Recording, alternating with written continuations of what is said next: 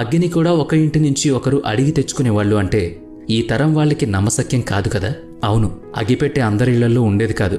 అందుకే పక్కవాళ్లు పొయ్యి వెలిగించుకున్న తర్వాత ఆకులతో ఆ మంటను అంటించుకుని మన ఇంటి పొయ్యి వెలిగించుకునేవాళ్ళం. అప్పట్లో ఎంత కష్టపడి కీప్యాడ్ ఫోన్ని ఛార్జ్ చేసేవాళ్ళము. పవర్ బ్యాకప్ని పాకెట్లో పెట్టుకుని తిరిగే ఇప్పటి తరానికి ఆ కష్టం తెలీదు. 11 మంది స్నేహితులు కలిసి ఒక బాల్ని కొనేవాళ్ళు. ఇప్పుడు బాల్ అయితే ప్రతి ఒక్కరి దగ్గర ఉంటుంది, కానీ ఆ 11 మంది స్నేహితులు ఒకే చోట కలవలేని పరిస్థితి.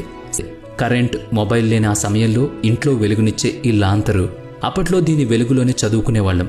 గుర్తుంది కదా, నీటి ఒడ్డున కాగితపు పడవలు, ఇష్టంగా ఆడుకునే మనసుకు నచ్చిన ఆటలు, ఏమీ తెలియని అపురూపమైన ఆ బాల్యం. ఆ బాల్యాన్ని అంతా వదిలేసి ఈ డబ్బు లోకంలోకి అడుగు పెట్టాం. ఇప్పుడు పరుగులు పెడుతున్నాం, అంతే కదా. నిజంగా అవన్నీ మరపురాని రోజులే కదా. చిన్నప్పుడు ఇలా చెవుల దగ్గర ఏవో పెట్టుకుని మొబైల్ ఫోన్ ఆటలు ఆడుకునేవాళ్ళం.